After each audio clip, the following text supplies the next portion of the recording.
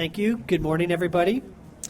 I'm here with Robert Rayburn from the BART Board of Directors. Also, Chris Peoples, Mark Williams, and Joe Wallace from the AC Transit Board of Directors, and the new General Manager for Muni, Ed Riskin. Welcome aboard. We also have our union representatives from BART, Antonetta Bryant and Dolores Leora, the president and vice president respectively, and also from BART Police, we have Yvonne Rustig and Gene Hamilton from AFSCME Local 3993. And there's another gentleman, I'm not sure if you're... There's one of our members, Bob Bolito. Bob Bolito is also here from ATU. So welcome, everybody, and thank you for coming and participating. And we represent the agencies and workers who have come together here in San Francisco to send a very clear message to the federal legislators. Don't cut critical funding for public transportation. Today is National Don't X Out on Public Transportation Day, where cities and agencies from across the United States are coming together and sharing their stories of what a 30% cut would mean to them and their riders. So we're here today with BART, AC Transit, and Muni to show what a 30% cut would have to us, both individually and collectively. Because together we represent we all comprise the essential public transportation system in the Bay Area. And if we don't get full funding in the Surface Transportation Authorization Bill, there will be several impacts. Fares will go up, services will be cut, agency jobs will be lost, contract jobs will be lost, and also passengers will be less likely to get to and fro to their jobs. You may have read last week that Congress did extend the existing authorization for 6 months, as President Obama requested, and we're thankful for that. And that sounds like good news, but the struggle continues, and we're asking our riders to come forward now to help out in seeking funding. And the message is very simple. There's two parts of Congress. The Senate, led by our own Barbara Boxer, who chairs the Environment and Public Works Committee, and they are willing to authorize $109 billion over 2 years, which is about $54.5 billion per year. The House, on the other hand, is requesting to authorize $230 billion over 6 years. So this is a 30% cut in public transit. So, and the impacts of that for BART specifically would be about our new rail car procurement. We currently have the oldest rail cars in the nation at over 30 years. Their average age is over 30 years. And we will be less likely to replace those cars if we get this 30% cut, which means our reliability will be greatly impacted. So we're asking our passengers to fill out these cards. We're going to be in 9 stations today. We've already sent over 1,500 to Barbara Boxer, and we're looking to get another 1,000 here signed today to support her in her quest to preserve funding over the next 2 years. There's been a $77.8 billion shortfall identified nationwide just to preserve the state of good repair for public transit. So as that's impacted, it affects everyone here in the Bay Area and across the nation. So we really need those the surface transportation authorization levels to stay the same. I'd like to introduce our next speaker from the BART board, and representing Oakland and Alameda is Robert Rayburn. Robert? Thank you. Thank you very much, everyone, for coming out. As Bob emphasized, we must maintain safe and reliable transit service. Getting people to BART is equally important. These connections are jeopardized by cuts to the Federal Transportation Act. For the past 20 years, the Federal Transportation Act has helped to remove barriers that promote safety for bicyclists and pedestrians, rich and poor, young and old. Now, some members of Congress want to turn back the clock. Several have ridiculed enhancement programs as unnecessary. We must unite with Senator Boxer to stop cuts to transit and stop proposals to zero out funding intended to make walking and bicycling safer. Over the past decade, 48,000 pedestrians have been killed on our streets and highways. 48,000 is the equivalent of a jumbo jet crashing once every month. We need greater safety, not less. We also need more transit choices, not less. Increased dependency on the automobile is not the answer for the U.S. The poor and people of color are particularly impacted by inequitable transportation spending and poor land use decision making. Please join me in supporting more transit choices and safety by signing a postcard and sending it to Senator Boxer to buttress our position with Congress at the federal level. Thank you again.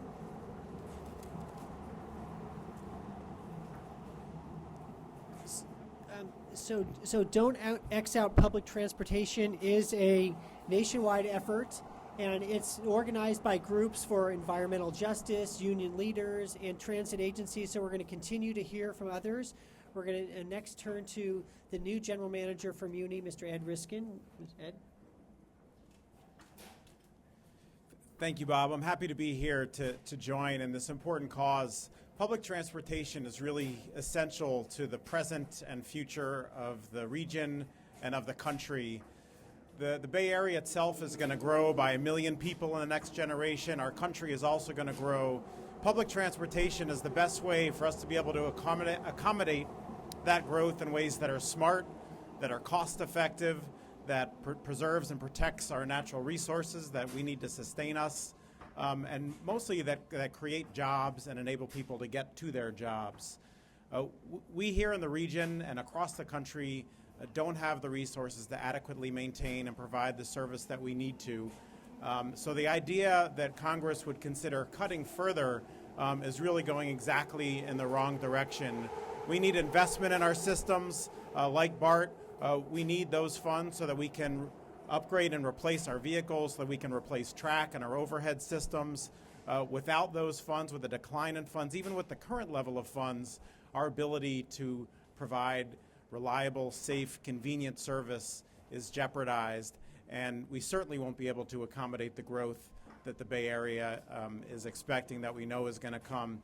So I'm proud to stand here with my colleagues from AC Transit and BART and from labor as well to stand up to Congress to make sure that our voice is heard, that the urban areas around the country that need to accommodate this growth, that can help stimulate the economy and create jobs, do not fall victim to short-sighted cuts by Congress, as we've been hearing coming out of Washington. So please join with us, make your voice heard in Washington. Public transit is the key to the future of the Bay Area and the country, and we can't do it without the support of those who represent us in Washington. Thank you very much. Okay, thank you, Mr. Riskin. Next, we're going to hear from AC Transit. We have the pleasure to have the longest-serving director and the newest director, so we'll start with Mr. Chris Peoples. Chris, welcome. Thank you, Bob, and thanks to BART for coordinating this presentation. What we want to tell Congress is this is not the time to cut choice. What we're trying to do throughout the country is make our land use decisions a little more sensible, get people to be more smart about their growth, to be more compact about the way they live. And to do that, we've got to have transit. We've got to have all kinds of transit. We at AC Transit use our buses until they're 12 years old or have run 1 million miles. We need the federal money to help replace them, just like BART needs the federal money to help replace its cars. If we can't replace those buses, they become less reliable, and people end up there standing out on the street wondering where their bus is because it's broken down. This is not the time to have more buses break down and to have more people feel that they have to use the private gasoline-using automobile to get around. So don't X out public transit. Okay, Mark Williams, ladies and gentlemen. Thank you, Bob. My name is Mark Williams. I'm the newest member of the AC Transit Board, and I'm here today because public transit is important. I represent the Hayward-Castro Valley area of the AC Transit District, and I'm tired of having to talk to my constituents and tell them why we're having more service cuts, why we're having to streamline our staff, and I just want to encourage all of my constituents, all of our constituents, to reach out to their legislators and let them know that we're tired of cutting public service, and we want them to stand up in Congress and protect public transportation. I'm joined by Muni, MTA, and AC Transit, and together we want you to push for more public transit options for our constituents. Thank you. Thank you very much, Mark, and thank you also for attending Joe Wallace, another AC Transit Director.